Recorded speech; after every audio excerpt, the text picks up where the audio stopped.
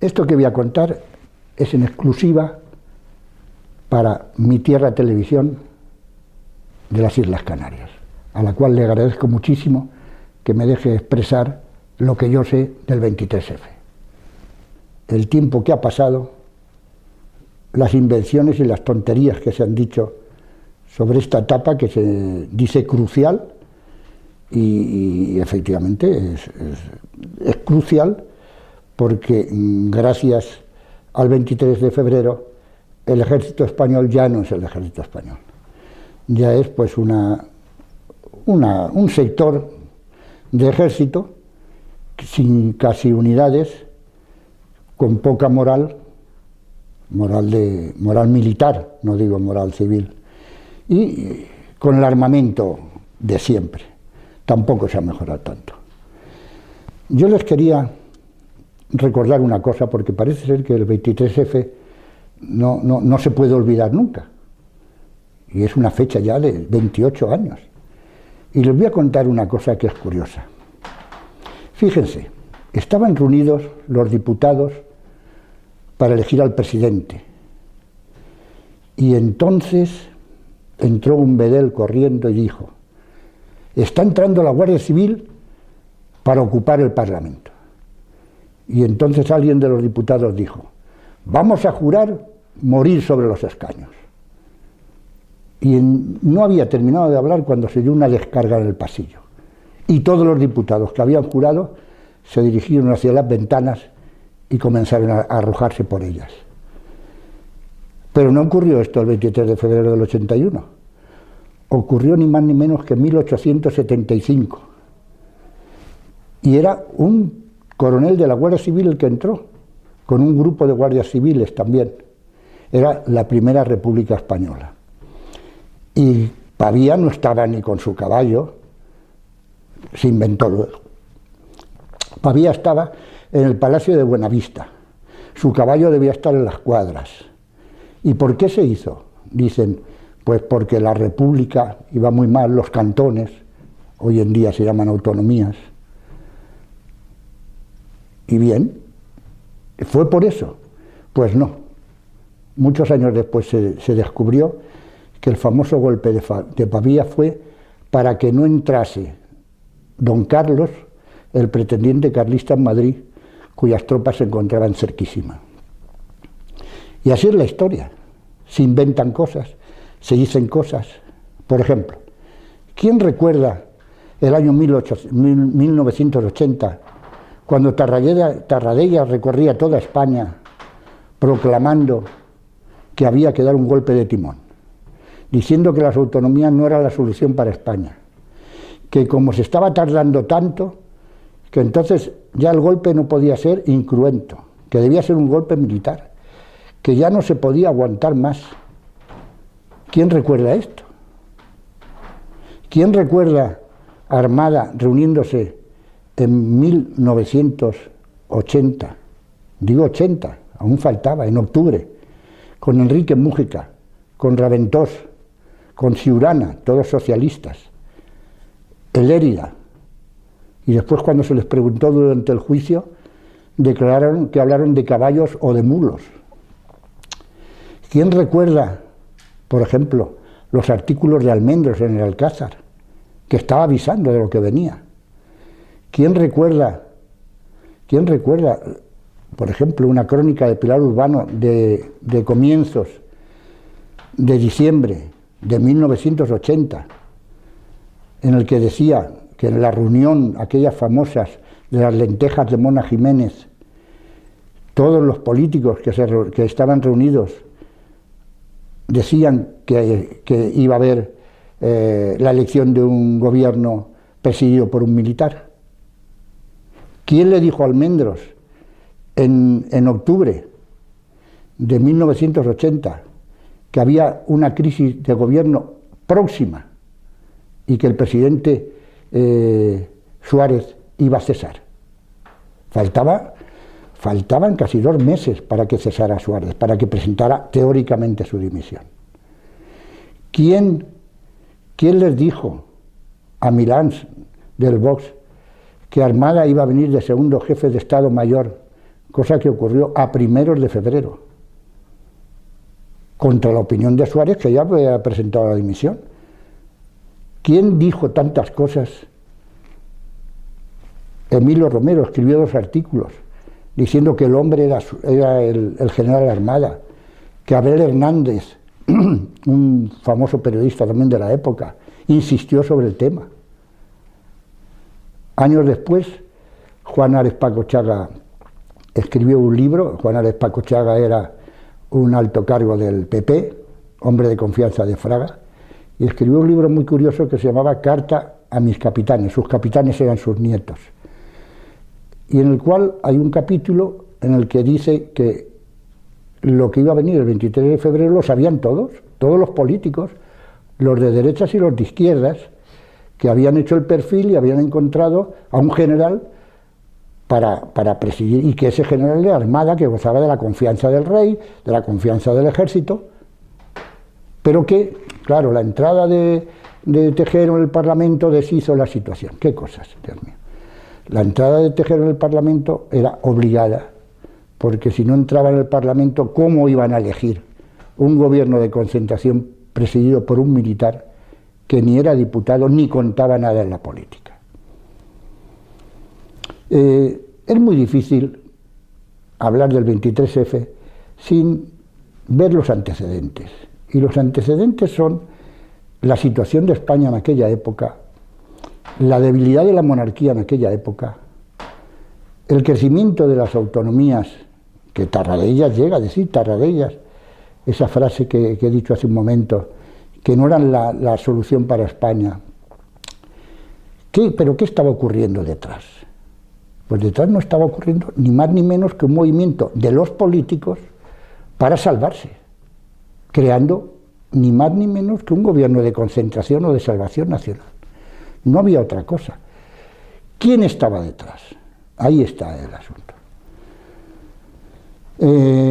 Cuando Tejero entra en el Parlamento son las 6:16 de la tarde. El mensaje del rey se produce a las 1, mejor dicho, la 1 ya de la madrugada, diremos la 1 de la madrugada, 14. Eso es importante ver los tiempos. Yo esos tiempos de cuando se dio el mensaje del rey lo tengo por el minutado de televisión. Los que están en televisión y en la radio saben que esos minutados no se hacen antes sino después. Se van haciendo cuando van entrando, dice a tal hora entró la emisora, a tal hora entró la publicidad, a tal hora. Pero, ¿por qué Armada entró tan tarde en el Congreso? También en parte tuvo la culpa Tejero y en parte tuvo la culpa Televisión. Tejero entra en el Congreso al grito del nombre del rey. Eso lo dijeron, al día siguiente lo dijeron muchos periódicos. A los 2 días ya no lo dijo nadie, ya se había olvidado. Tejero entra en el Congreso y hay una serie de disparos. Televisión no está dando la emisión en directo, sino diferida, o sea, la está grabando. Y no se ve lo que puede ocurrir con esos disparos. Y Tejero hace una cosa que produjo un retraso considerable, y es no dejar entrar a ninguna personalidad en el hemiciclo. Creyeron que había habido muertos, que había habido muchos heridos. Entonces se retrasó la situación. Armada entró en el Congreso, según Europa Press, a las 12:07 de la noche.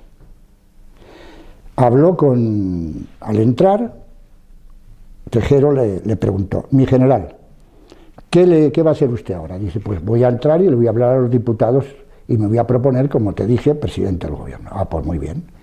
¿Y cómo va a ser el gobierno, mi general? Pues va a ser un gobierno con Felipe González, con Mújica, con Fraga, con tal. Y dice, no, mi general, a mí me habían prometido ustedes que sería un gobierno exclusivamente militar. Y entonces empezó la discusión y se refugiaron al otro lado del Congreso, que hay un pasillo al aire, en una habitación acristalada. Y allí llamaron a Miralles Bosch, que precisamente es curioso porque esa conversación no ha aparecido grabada en ningún sitio. Se grabaron muchas, pero esa no. Bueno, o se grabó y no apareció. No ha habido forma de encontrar esa conversación. Yo creo que la tiene grabada la Guardia Civil y la policía, y la tiene escondida, pero bueno, ese es otro problema. Entonces hubo una discusión. Milán le decía a Tejero que aceptara, y Tejero decía que no. Bueno, entonces como no hubo acuerdo ninguno, Armada salió. Pero antes, según declaró Tejero en el juicio, Armada hizo una llamada, no se sabe a quién. Pero, un minuto después de salir Armada, Televisión Española dio el mensaje del rey. Si hacemos caso a todo lo que se ha dicho, resulta que el problema del equipo de Televisión Española fue que no podía salir de televisión porque la división acorazada tenía aquello clausurado, cosa que es absolutamente incierta.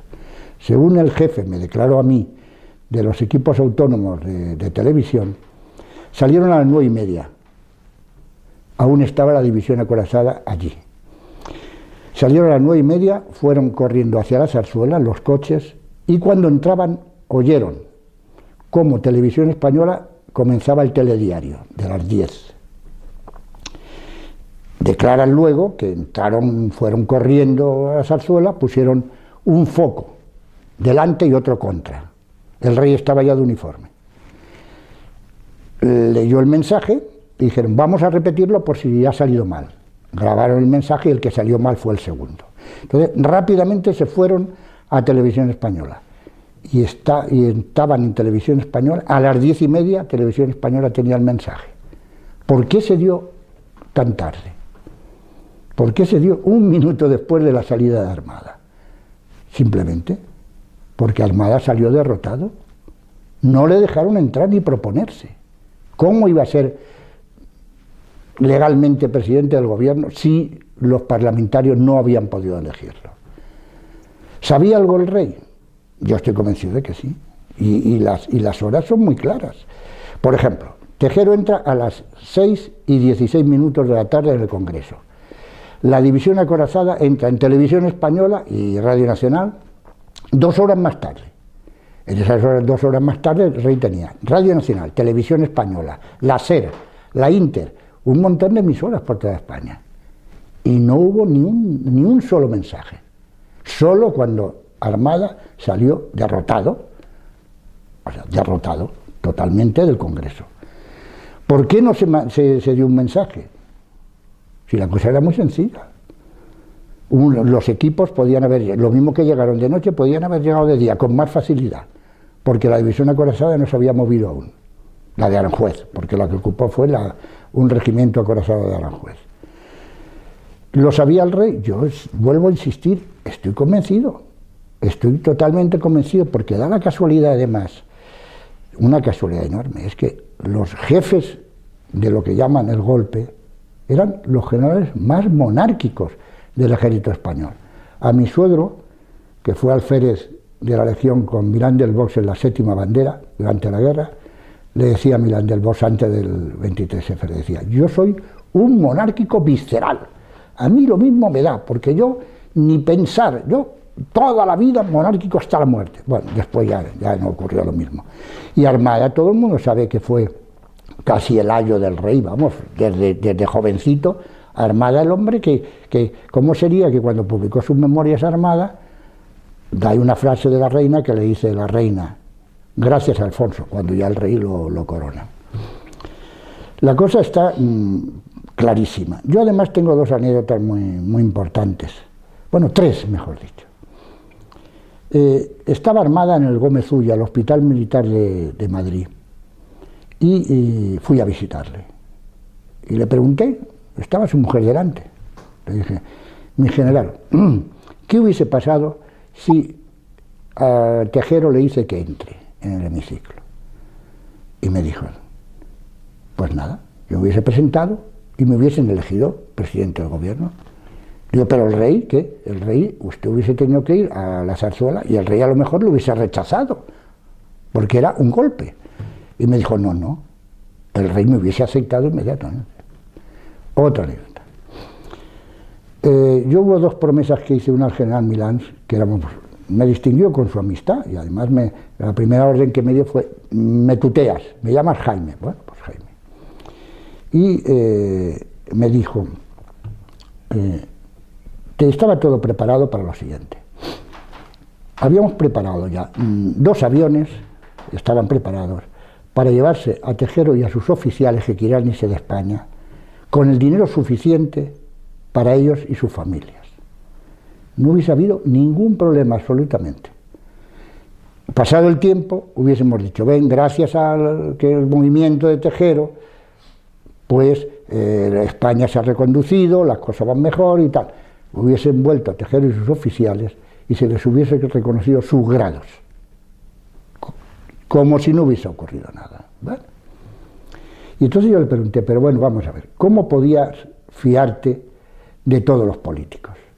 Digo, porque tú, yo me acuerdo perfectamente, en junio del 81, vas a pasar a la reserva, porque ya cumples los años.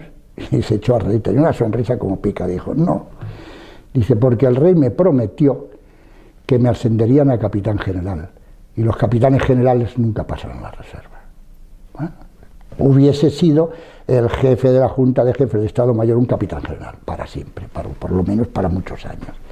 Y la otra anécdota muy curiosa es la de que acaba de morir. Y yo le había prometido no contarlo esto, bueno, ha muerto hace algún tiempo, no contarlo esto a nadie. Y es que a él el sábado, día 23, 22, 21, le llamaron un alto jefe y le dijo, prepara 2 aviones porque el lunes entrará Tejero con la Guardia Civil en el Congreso y habrá un grupo de personas que tendrán que salir al extranjero. Y entonces el general Fernando Alcázar, que era una gran persona, pensó, pues si entra Tejero y es un golpe militar esto y tal, pues resulta que ¿quiénes van a irse fuera? Pues Carrillo, Felipe González, Guerra, tal, hizo su lista de personas de izquierdas. Y entonces reunió a sus oficiales y dijo, vamos a hacer un plan de vuelo, porque hay que hacer un plan de vuelo hacia el este. Hicieron el plan de vuelo hacia el este. Y por la mañana del día 23 le volvió a llamar este alto jefe. Le dijo, ¿has preparado todo, Fernando? Sí, todo está preparado, mi general, está todo perfectamente. Dice, los planes de vuelo hacia el este, y dice, ¿cómo hacia el este? ¿Pero quién te dijo que hacia el este? Dice, pero yo, pues si entra Tejero, pues lo lógico es que vayan hacia los países del este. Dice, ni pensarlo. Si los que van a ir para afuera, hacia el oeste, van a ser Tejero y sus oficiales. ¿Qué ocurre? Pues que hay muchísimos testimonios. Por ejemplo, el de Pablo Castellanos, en sus memorias. Bueno, dice, yo sí me acuerdo, se llaman sus memorias. Y cuenta, dice, cuando entró Tejero al Congreso, dice, somos muy pocos los que nos asombramos. Dice, pero si es que enseguida nos dimos cuenta, luego, los que nos asombramos de verdad, que aquello era como una mascarada, que había algo detrás que se nos escapaba a todos. O sea, que había una conciencia general de que Tejero era como él contaba, decía, yo soy un teniente general operativo. Era el desencadenante que se llama del golpe. Con el golpe de Tejero se justificaba la entrada de Armada, se justificaba el gobierno de salvación nacional, se justificaba una política que no sabemos a dónde nos conduciría. Yo publiqué en un libro hace ya mucho tiempo que se llama Crónica fiel de un golpe anunciado, y publiqué ahí el gobierno que proponía Armada y que se lo enseñó a Tejero. Y en ese gobierno había gente tan dispares, lo presidía Armada, como es lógico, y había otra gente tan dispares como Felipe González, como Enrique Mújica, como Manuel Fraga, o como Luis Marianson, que iba de ministro de Información y Turismo. O sea que estaba todo completamente hecho. La declaración del estado de guerra, podríamos decir, en Valencia, por Jaime Milán del Bosch fue muy curioso. Se ha repetido muchas veces que el rey le llamó por la tarde y lo puso verde y le ordenó y lo dejó de ordenar, y no es cierto. Según la sentencia del Consejo Supremo de Justicia Militar, el rey le llamó a Jaime Milán de madrugada. De madrugada. Y la madrugada consistió en después de su mensaje.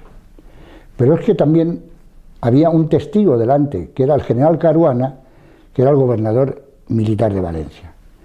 Y entonces Jaime pues estuvo, sí, majestad, lo que ordene su majestad, lo que diga su majestad. Y cuando terminó de hablar le dijo, y otro muy fuerte para vos. Cualquier testigo supone que es un abrazo, que el rey le envió un abrazo y Jaime le contestó, pues otro muy fuerte para vos, majestad. ¿Cómo sería la situación? Que cuando se habla de la extrema derecha, de la extrema izquierda, de no sé qué, que si había un grupo detrás. Yo sé que Blas Piñar no lo sabía. Yo sé que no lo sabía Raimundo Fernández Cuesta, que entonces era el jefe de la Falange. Yo sé que había muchísimos que no lo sabían. Yo he visto, estando con Jaime Milans, acercarse a quejarse, ¿no? Generales y tal. Es decir, Jaime, no tuviste confianza conmigo, ¿cómo no me avisaste? ¿Cómo no me avisaste? O sea, que no, si es que lo sabía muy poca gente y muy pocos militares, si no había nada. Bueno, volvamos al mensaje del rey. El rey le envía el mensaje a Jaime a través de tele, no el que dio por televisión, sino otro, diciéndole, haz esto, haz lo otro, haz tal, tal, y después hay una frase colosal, dice, y a partir de ahora ya no me puedo volver atrás. ¿Qué quiere decir ya no me puedo volver atrás? O sea, que hasta antes de la salida de Armada o antes de cualquier momento sí que podía volverse atrás, y a partir de... ¿Qué había ocurrido para que el rey ya no pudiera volver atrás? Sino que ya tenía que continuar por ese camino de condena a los militares, de condena a lo que llamó Jaime Milán del Bosch el autogolpe. Él siempre que hablaba decía el autogolpe, no hablaba de eso. Yo tengo una cosa curiosísima, que es el libro El Rey, que escribió Vilallonga, en el capítulo de 23F. Yo tengo las dos ediciones, la francesa salió antes y después la española. Y es curiosísimo. Al hablar del 23F pone Armada, lo pone de traidor, de cínico, de hipócrita, bueno, lo pone tal. Y en la edición española no consta. O sea, ¿qué ha desaparecido? ¿Qué había ocurrido? Yo tuve que indagar mucho y me enteré que Armada había leído la emisión famosa francesa y llamó a la zarzuela y le dijo a Sabino que ni pensarlo, que si salía en España hablaría, que él era muy celoso de su honor y que no podía permitir. Hablando de Sabino, Sabino Fernández Campos es un hombre que des en cuenta que sobre su declaración se montó toda la historia del 23F luego. Pero lo bueno del caso es que no fue a jurar, o sea, él no hizo una declaración jurada ante testigos, no. A él le permitieron hacer una certificación, es como una carta. El general tal, dice que esto, sin problema ninguno. Y entonces hay cosas muy curiosas, pero sobre todo, años después salió un libro que se llamaba Sabino Fernández Campos, La sombra del rey. Lo escribió Manuel Soriano, un colega que es hoy en día creo que está de alto jefe o de jefe máximo de Telemadrid. Y hay un momento en que dice, a las 6 de la tarde Armada, no a las 6, no, a las 8 de la tarde, Armada llamó a Sabino. Le dijo, Sabino, te comunico que tengo el apoyo de los socialistas para que me nombren presidente del gobierno. ¿Pero qué me dices? Bueno, eso es lo que dice Sabino. Pues sí, eso es.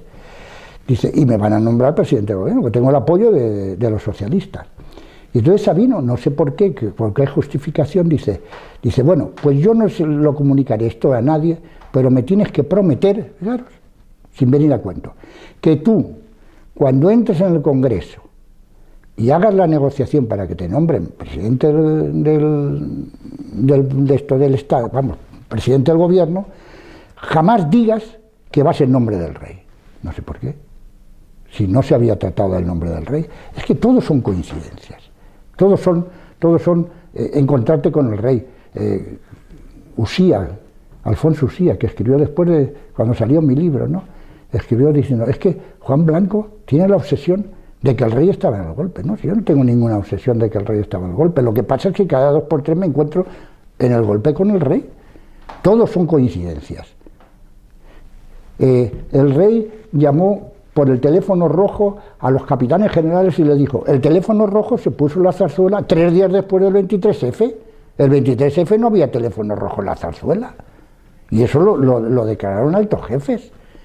El rey llamó a todos los capitanes generales y le dijo, pues el rey no llamó a todos los capitanes generales, porque las certificaciones que hicieron los capitanes generales, solo alguno dijo, el rey me llamó, pero la mayoría hablaban de otras cosas, yo estaba, tal, pero no hablaban de que el rey les hubiese llamado. Y así todo, son coincidencias. Y el rey le dijo a Jaime, el rey dijo, no, el rey no dijo nada. El rey además estaba de uniforme desde antes de las 6 de la tarde. Es mentira eso de que estaba jugando al tenis o que estaba jugando al pádel. El rey estaba de uniforme, esperando que ocurriese lo que tenía que ocurrir y que llegase Armada para jurar delante del rey como presidente del gobierno, como una situación especial que se producía, extraordinaria. Lo de la reina es muy curioso porque en mi tiempo, en ese tiempo, el año 80, a finales por ahí, pues tuvimos una confidencia en el Alcázar muy curiosa. Siempre hay confidencias, siempre hay confidentes en todas partes, ¿no? Y que nos dijo que Armada, que había estado en la zarzuela, y que la reina le había dicho, Armadita, sálvanos, porque tú eres el único que puedes hacerlo. Pero bueno, hay otra cosa que se me había olvidado, son las entrevistas de Armada con el rey. Armada ve al rey, el rey, mejor dicho, cita a Armada en Baqueira Beret el día 3 de enero. Y Armada va, y están hablando allí bastante tiempo. Y a finales de enero, Suárez presenta la dimisión. Y rápidamente nombran a Armada segundo jefe del Estado Mayor del Ejército. Antes Armada ha logrado que un general a sus órdenes en Lérida sea nombrado, que es hombre de su confianza, jefe de información del ejército, que tiene una serie de resortes en sus manos. Pero bueno, lo interesante es el libro de Armada, que cuenta, según su agenda, que en el mes de febrero se entrevista con el rey 6 veces, 6 veces. Y no cuenta lo que se dicen. Pero hay una cosa muy importante, y es que cuando está en el juicio, él escribe a la zarzuela, lo cuenta en el libro, pidiendo permiso para contar lo que ha tratado con el rey en las entrevistas. Y la zarzuela se lo negó terminantemente. Y nunca sabremos lo que trataron Armada y el rey, nunca. Como no sabemos la noche que pasaron juntos en Baqueira Beret, que la reina había muerto su madre, se tuvo que venir, en el mes de febrero, se tuvo que venir a Madrid urgentemente de noche, y el rey se quedó allí con Armada, hablando toda la noche, toda.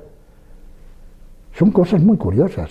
¿Qué tenían que hablar el rey y Armada antes del 23 de febrero, pero fechas muy próximas al 23 de febrero?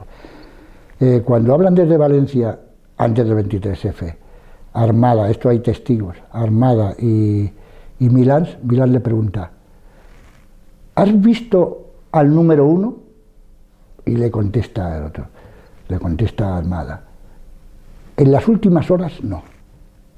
No dice en los últimos días, ni en las últimas semanas, ni en los últimos meses, dice en las últimas horas no. O sea que debió haber una conexión muy directa entre Armada y el rey antes del 23F.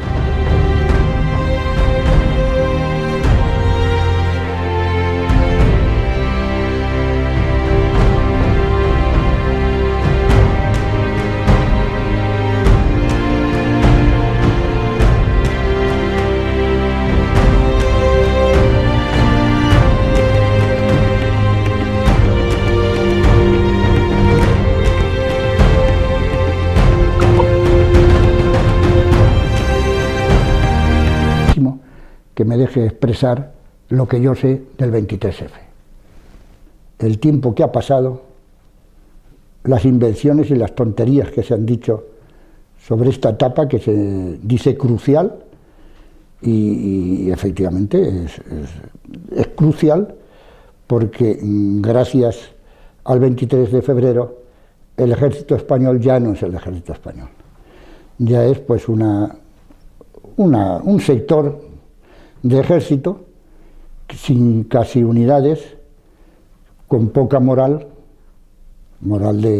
militar, no digo moral.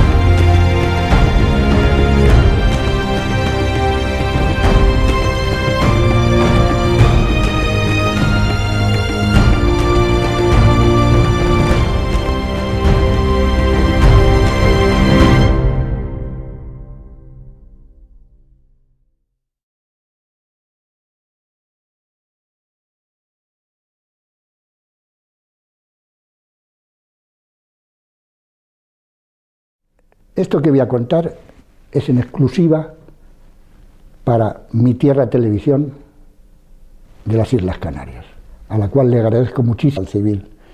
Y con el armamento de siempre, tampoco se ha mejorado tanto. Yo les quería recordar una cosa, porque parece ser que el 23F no se puede olvidar nunca. Y es una fecha ya de 28 años. Y les voy a contar una cosa que es curiosa. Fíjense, estaban reunidos los diputados para elegir al presidente. Y entonces entró un bedel corriendo y dijo: está entrando la Guardia Civil para ocupar el Parlamento. Y entonces alguien